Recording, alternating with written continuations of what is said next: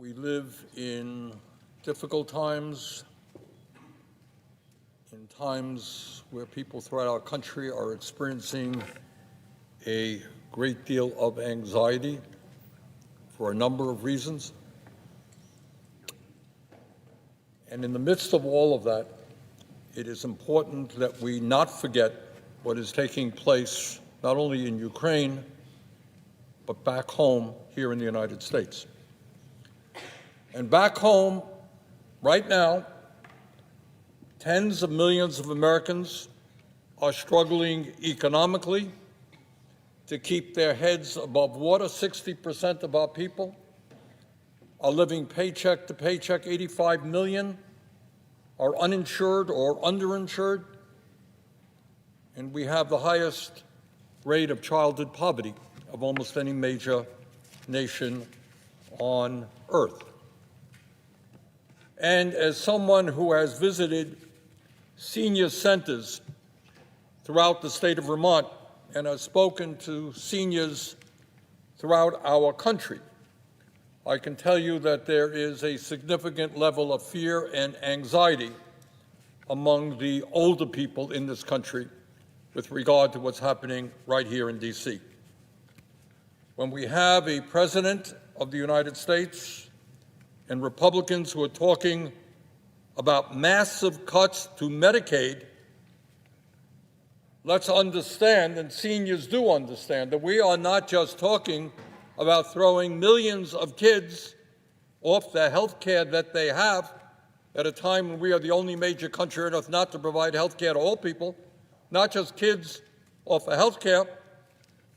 We're talking about massive cuts to community health centers, which receive over 40% of their funding from Medicaid, and where millions of seniors go to get the primary care they need.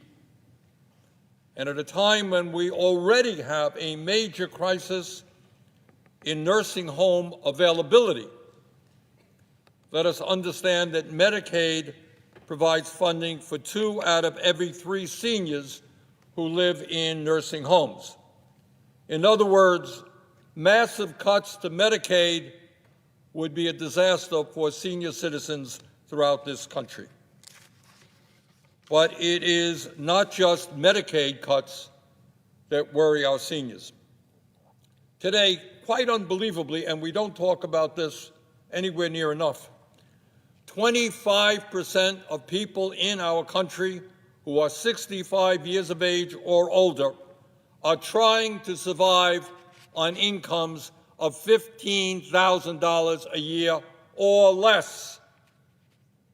I myself do not know how anybody, let alone a senior with health care needs, can survive on $15,000 a year, but that is what 25% of our seniors are trying to do. Mr. President, this issue of so many seniors struggling to get by, struggling to heat their homes, struggling to buy the food or the prescription drugs they need, this is an issue we must address. And it is a crisis that is unacceptable in the richest country in the history of the world. And that is why, Mr. President, I am proud to tell you that within the next several weeks, I, along with a number of co-sponsors, will be introducing legislation that expands Social Security benefits and extends the solvency of Social Security for decades. You know, we're hearing a lot of talk about cutting Social Security. We should not be talking about cutting Social Security. We must be talking about expanding Social Security benefits. And the legislation that I will introduce would do just that. It would expand Social Security benefits by $2,400 a year, and it would not raise taxes by 1 penny on the bottom 93% of Americans, those who make less than $250,000 a year. And how do we do that? By lifting the cap and applying the Social Security payroll tax on all income above $250,000. Unbelievably, under current law, A billionaire pays the same amount of money into Social Security as someone who makes $176,000 a year. Elon Musk, worth $400 billion, pays the same amount into Social Security as somebody who makes $176,000. That is because under Social Security, there is an absurd cap on taxable income. If we lifted that cap and made sure that millionaires and billionaires paid the same percentage of their income into Social Security as the working class of this country, we could extend the life of Social Security for generations to come and lift millions of seniors out of poverty. Further, Mr. President, when we talk about the needs of senior citizens in this country, I want to mention that I will also be introducing legislation to expand Medicare to cover dental, vision, and hearing. It is unacceptable that millions of seniors are unable to read a newspaper because they cannot afford eyeglasses, can't have conversations with their grandchildren because they can't afford hearing aids, and have trouble eating because they cannot afford dentures. That should not be happening in the United States of America in the year 2025. Expanding Medicare to cover dental, vision, and hearing is an extremely popular concept. Poll after poll shows that 80% of the American people, Democrats, Republicans, Independents, support doing just that. Mr. President, when we talk about the anxieties that the American people are now experiencing, it is not just, to say the least, senior citizens. All across this country, there is a growing fear that the Trump administration is undermining the Constitution of our country, a Constitution which has kept us a free nation and an example, a model for the rest of the world for the last 250 years. During the last month alone, President Trump has attempted to usurp the powers of Congress, illegally and unconstitutionally refusing to fund programs passed by Congress. He has illegally destroyed agencies like USAID and the Consumer Financial Protection Bureau that were created by Congress. And under the leadership of Mr. Musk, they have illegally and inappropriately gained access to tax data and Social Security data of millions of Americans, et cetera, et cetera. Every day, they are acting in an illegal and unconstitutional manner. And I would say this, and I don't know if people take it seriously or not, I do. Just this week, President Trump tweeted, quote, "He who saves his country does not violate any law," end of quote. Wow. In other words, Mr. Trump sees himself, the President of the United States, as above the law and immune from the basic rules of the Constitution and the separation of powers that have governed this country since the founding. Okay? Anything I want to do, I'm president, I can do it. Doesn't matter what Congress says, doesn't matter what the Constitution says, that doesn't matter what the rule of law is about. Hey, I'm the president, I'm trying to save the country. I don't need to hear from anybody else. That's not what Americans fought and died to preserve. That's not what this country is about.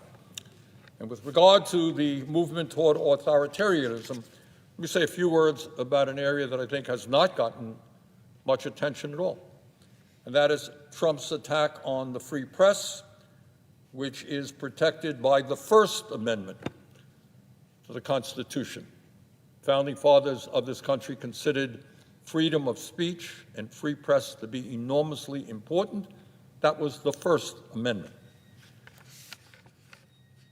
Mr. Trump has sued CBS and its parent company, Paramount, for $20 billion because he didn't like how they edited an interview with Vice President Kamala Harris. The company is now reportedly considering settling the lawsuit, and I certainly hope they do not do that, out of fear of retaliation from Trump's FCC. He did not like a television program on CBS. Well, many of us don't like television programs on CBS or NBC or Fox or ABC. But you don't sue somebody for $20 billion because you didn't like the program. And obviously, the intention of that lawsuit is clear, and that is that CBS and every other network and media outlet will now have to look over their shoulder. Oh my goodness, we're saying something critical of Donald Trump. Is he going to sue us for $5 billion, for $10 billion? Is he going to drive us out of business? Maybe we should not run that program. Maybe we should not do that investigative report. Not just CBS. In recent times, he has sued ABC. He has sued Meta, which owns Facebook and Instagram. He has sued the Des Moines Register. What crime did a little newspaper in Iowa make? What was their crime? They ran a poll which turned out, in retrospect, to be inaccurate. So pollsters all over America, be careful. There was a poll coming out just today, I saw it, that Trump's unfavorables are going up. Hey, you may be sued. Pull that poll. I mean, how absurd is that? And what kind of threat is it to freedom of speech and expression in this country? And, Mr. President, when we talk about the Trump administration's movement toward authoritarianism, we should take note of another remarkable and troubling set of events that happened just this week, and my colleague from Colorado spoke at length on that. We saw the President of the United States openly aligning himself with the dictator of Russia, Vladimir Putin, to undermine the independence of Ukraine and abandon our closest democratic allies in Europe. Trump made it clear that he sees one of the world's most brutal dictators as his pal, and our longtime democratic allies as his enemies. It appears that Mr. Trump wants a world that is safe for authoritarians and oligarchs, but dangerous and unstable for democracies. And when we talk about authoritarianism, we have got to mention the growing phenomenon in this country of the big lie. The big lie.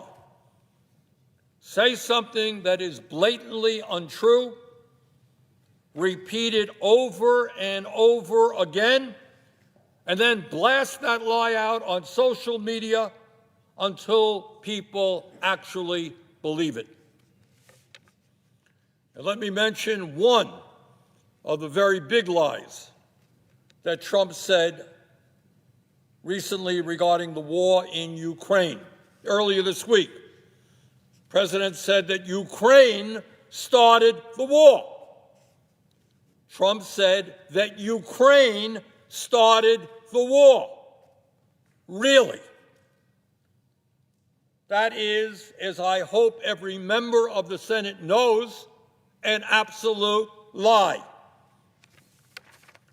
Russia invaded Ukraine twice, first in 2014 and then again on February 24th, 2022. And on that date, February 24th, 2022, Putin's tanks and troops rolled into Ukraine. And on that day, Russian aircraft began bombing targets all over Ukraine. Russia started the war, period, end of discussion. Trump is lying. Since Putin's invasion, over 1 million people have been killed or injured every single day. Russia continues to rain down hundreds of missiles and drones in Ukrainian cities. Putin's forces have massacred civilians and kidnapped thousands of Ukrainian children, bringing them back to Russian re-education camps. These atrocities led the International Criminal Court to issue an arrest warrant for Vladimir Putin in 2023 as a war criminal. Further, Trump called Ukrainian President Zelensky, not Putin, but Zelensky, a dictator. And that obviously is not true either. Zelensky won 75% of the vote in free elections, and in the midst of a brutal war, Ukraine's parliament continues to function and open and unfettered political debate takes place. Trump recently claimed that our European allies have done little to support Ukraine in its fight against Putin's invasion. He said the U.S. has contributed 3 times more than Europe. But that is another lie. In fact, Europe has provided more aid to Ukraine than the United States.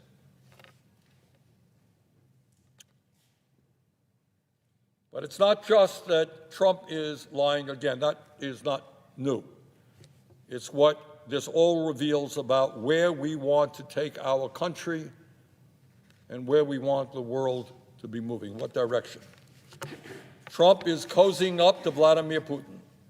So who is Putin? And what kind of world does Putin want to build? Putin is a dictator who crushed Russia's movement toward democracy after the end of the Cold War. Russia now holds sham elections where Putin wins 90% of the vote, and authorities there do not even try to hide their ballot stuffing. There is no freedom of speech or free media in Putin's Russia. Protests are violently suppressed. Tens of thousands of people are in prison for protesting Putin's invasion of Ukraine. Political dissidents are harassed or thrown into jail. The bravest, people like Alexei Navalny, are killed outright. Hundreds of thousands of Russians have fled Putin's Russia since his invasion of Ukraine. That, Mr. President, is the Russian leader that Donald Trump admires. But, Mr. President, my Republican colleagues know all of this. And what is particularly disturbing to me, and I believe the American people, is my colleagues, my Republican colleagues, understand and know that Trump is lying. They know that Russia started the war, not Ukraine. They know that Putin is a dictator, not Zelensky. But their silence has been overwhelming on this issue. I cannot tell you how many times I have sat here on the floor and I have listened to my Republican colleagues come to the Senate to condemn Vladimir Putin and his brutal invasion of Ukraine. And many of their remarks were right on the money, they were perceptive, and they were right. And my simple question to my Republican colleagues right now is, where are you now? Last I heard, Mr. President, this is still a democracy. Last I heard, we are still allowed to disagree with the President of the United States, even if he is a member of your own party. Last I heard, we are allowed to call out the President when he lies, blatantly lies, even if he is a member of our own party. And what really bothers me is I know that many of my Republican colleagues understand all of this. And I just want to give you an example of what is going on right now. Let me just quote a few of my Republican colleagues in statements they have made since Putin's invasion of Ukraine. These are Republican members of the United States Senate. And I'm not going to mention names right now. Don't want to embarrass anybody, put anybody on the spot. But these are quotes. One leading Republican said, quote, "We must remember that the instigator of this war was Russia. It was President Putin who launched an unprovoked attack on Ukraine," end of quote. And that Republican colleague was obviously right. Another Republican said, I quote, "I think Vladimir Putin started the war. I also believe, through bitter experience, that Vladimir Putin is a gangster." That's a Republican colleague. A third Republican colleague said, quote, "There is no equivalency between Vladimir Putin and President Zelensky. President Putin is evil and he has to be stopped," end quote. Fourth Republican, and this is just a few of the quotes.